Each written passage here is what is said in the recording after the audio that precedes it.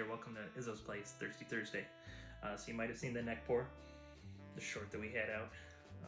So now we're going to do the long review of, would help to show you the label. So we got the Michter's American Whiskey. So sometimes you hear about Michter's 10, various Michter's toasted stuff, single barrels, but it's not any of that. This is just their regular American whiskey. There are four, I've enjoyed so far all the Michter stuff. There are four main things. So you've got a bourbon, a rye, a sour mash, and a American whiskey. Now the other three, they're up north, so I can't blind this with them, but one of these days I'll have to get all four together and pit them against each other and see which of the four brothers wins.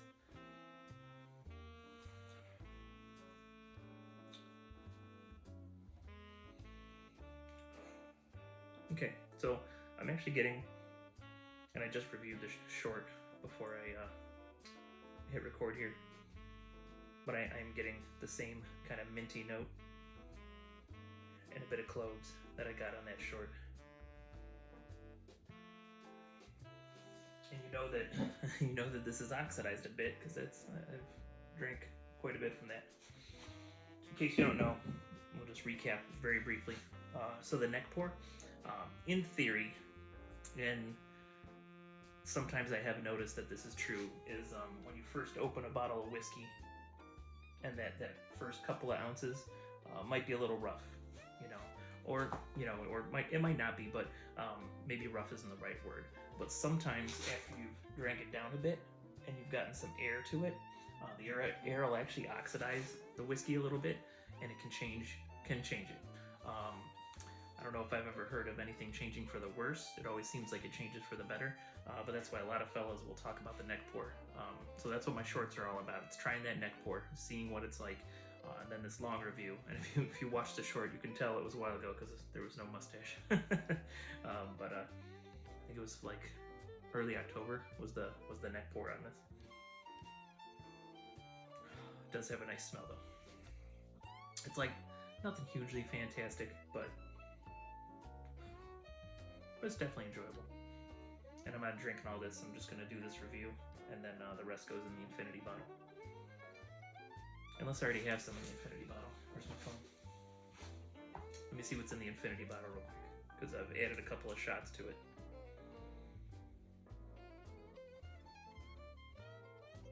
Okay, in the infinity bottle.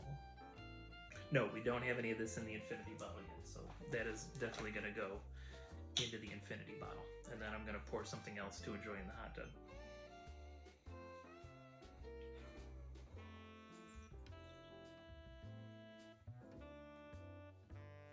There's something else in there though. I'm getting vanilla also this time. So some light mint, and the mint to me, very rarely will I get like a peppermint or a spearmint in whiskey. When I smell mint in whiskey, it's usually a little sweeter, like a wintergreen. Winter mint. So I get mint, winter mint. I get a little bit of vanilla, and then cloves. And so if you're the kind of person that tastes baking spices when you drink whiskey, I think what your brain says baking spices, I think for me is cloves.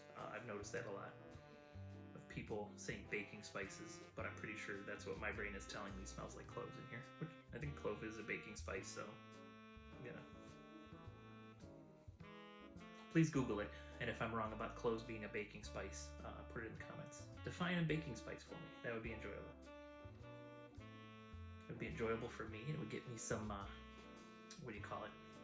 I can't remember what you call it now. Not interaction. That's not the word they usually use. Engagement. They give me some engagement.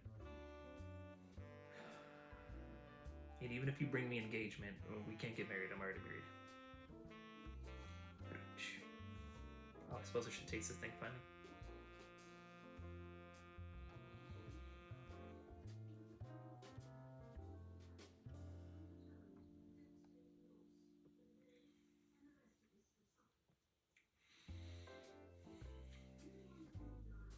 So the palate, that's a pretty decent Kentucky hug there. Is this from Kentucky? Hold on. Let's see where this was distilled and or bottled at. Of course, it's really dark in this room. I'm living in a construction site, you know. I'm fortunate enough to have a spot to store this. Anyway, I may as well read this thing to you. It's the long review. So Michter's US1 small batch, unblended American whiskey. How can it be a small batch and unblended at the same time? Let's read on, maybe it'll tell us. We are proud to offer you our unblended small batch American whiskey. In the Michter's tradition, hailing from one of America's first distilleries, this whiskey is made from highest quality American grains and matured to the peak of perfection in bourbon-soaked white oak barrels. It is then further mellowed by our signature filtration. Bottled in Michter's Distillery, LLC, Louisville, Kentucky. Now, I don't know if Michter's uses their own distillate or if they use someone else's. Distilled in small batches, according to the Michter's pre-revolutionary war quality standards dating back to 1793. And I think I heard somewhere that Michter's originally was a Pennsylvania distillery and then went out of business and a few decades ago was restarted. I could be wrong on that though. Probably should Google it. And I do eventually want to start like a history of bourbon. Yeah, there's plenty of them out there, but we'll do it in a very Izzo kind of way, you know. Unblended American whiskey. So this is 41.7 alcohol by volume, 83.4 proof. The website I used to do the short must have been rounding things up. I think on the website, I think it was 42% alcohol, 84 proof. So they're a little more precise on the bottle. This is batch number 23A 0146. Excuse me, please forgive my burping. Okay, Michter's. But yeah, the four Michter's, I haven't really been disappointed in any of them. I think the sour mash, I think was my least favorite. But as far as I know, what sour mash is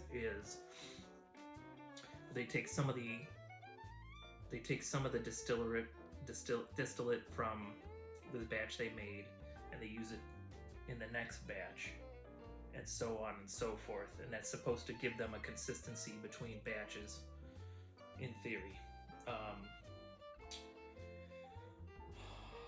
So I'll have to do research before I blind these, or I don't even know if I've done the sour mash yet. I don't know if I've done that as a short, so I'll have to review. Definitely I'll have to do the sour mash as a short and a long review, and let you know exactly what I think about it. But that is for some time when I'm up north. Let's get back into this. There is... Okay, cloves is still there. There's some vanilla there. The winter mint is fading away, and I'm actually kind of getting a savory note now. Like there's just a hint of like a smoked sausage flavor, just a hint, but it's like kind of pushing through just a little bit, kind of pushing out. It's pushed out the winter mint, and it's kind of gotten a little savory. That's weird. It's actually making me hungry. I wasn't going to eat anything else today, but I might have to go get a dinner snack.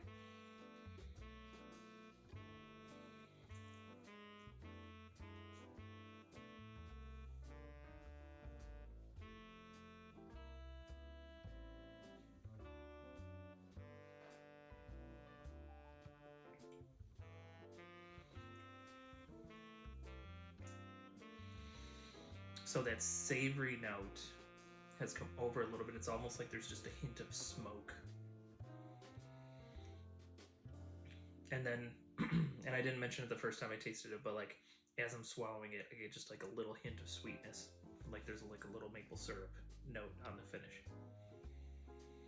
That hug might have been because this was the first pour of the day, because the second time the Kentucky hug was not as prominent there.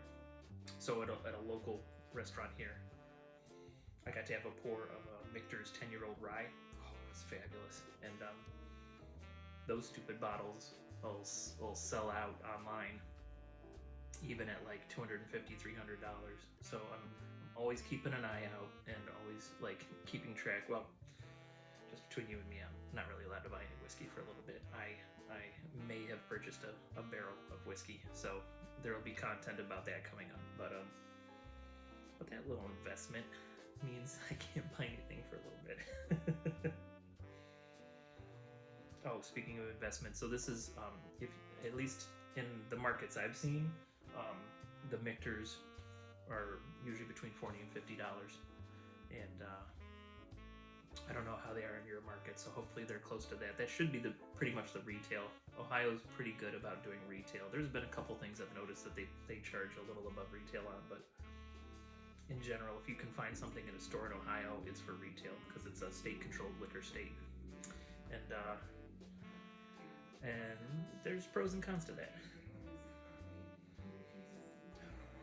But if you drink Michters, feel free to post in the comments where you're from and how much you paid for it.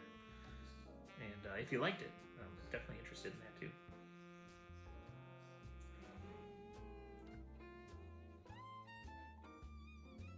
The savory note is the lightest of the notes, but it's still there.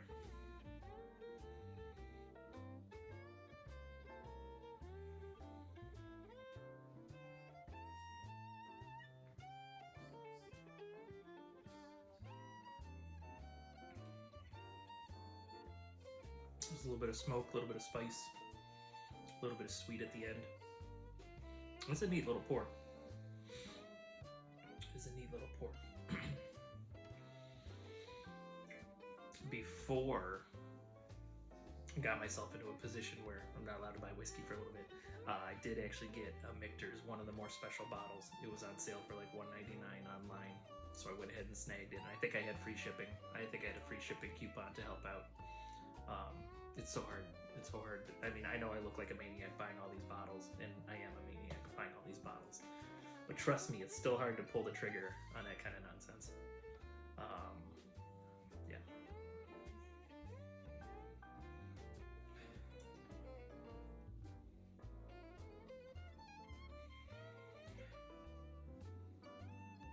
Nothing changed since then. Winter mint, the savory note, a little bit of vanilla, and cloves. It has not evolved anymore. It doesn't have an extremely long finish, but it stays with you a little bit. I'll put it in medium finish.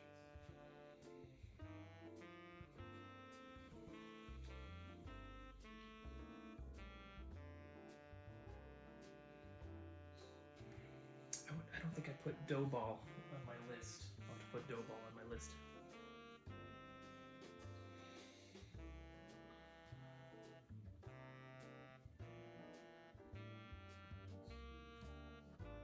I think I'm gonna grow a beard for a couple weeks. Mrs. Izzo's not a fan of the beard. She says it looks cute, but she's not a fan.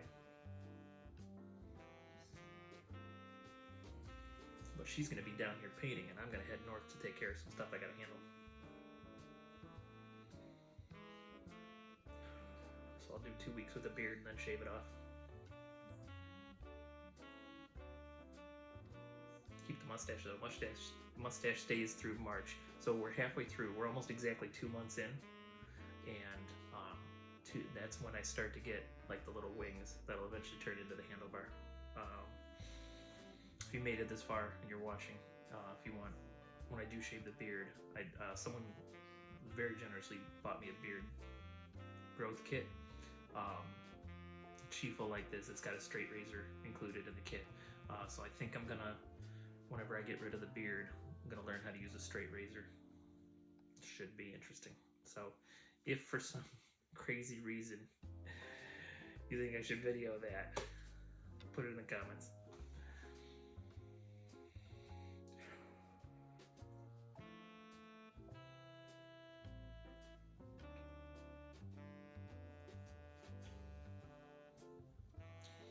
So I don't know if I would grab this and sip it neat all the time. I'm not having a problem with it. If someone handed me a taste of this, I'd be very happy drinking it. I I think we need to start doing cocktails. Maybe we'll try to do. You know what we'll do them with the long reviews from now on? Is with the long reviews we'll review it neat, whatever whiskey, but then we'll also throw it into a cocktail. Even if I someday score a Pappy or something fancy, we'll start throwing them into cocktails. We'll at least make old fashions, you know, and I'll look up some other cocktails. Okay, if you have a cocktail, favorite whiskey bourbon cocktail that you like, please let me know. Put it in the comments below, and we'll make sure that we try some of those. They're usually not very expensive. I want to get a peanut butter whiskey to go with my cookie dough whiskey and see what kind of fun mixture that makes. Ooh, then maybe we'll get something in a sherry cask and we'll make like a peanut butter and jelly cookie whiskey. That sounds like a fun video. This is one of those whiskeys, I think I enjoy smelling it a touch more than drinking it.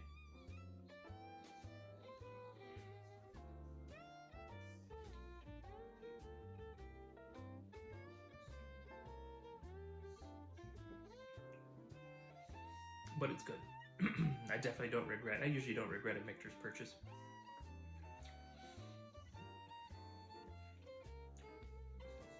All right, that's what I got for you on this Thirsty Thursday. I'm gonna get on with my evening, and then I'm gonna try to go to bed early. We just had quartz countertops installed on this job site today, so I want to get up relatively early and get the plumbing working again at all the sinks that were installed, so that way we can get back to normal living in our construction zone instead of glamping. That's all I got for you today. So if you're working, please work safely. If you're drinking whiskey, please drink responsibly. Do everything with a little bit of whimsy, and you're gonna have a good time. And I will see you next time you're hanging out at Izzo's place.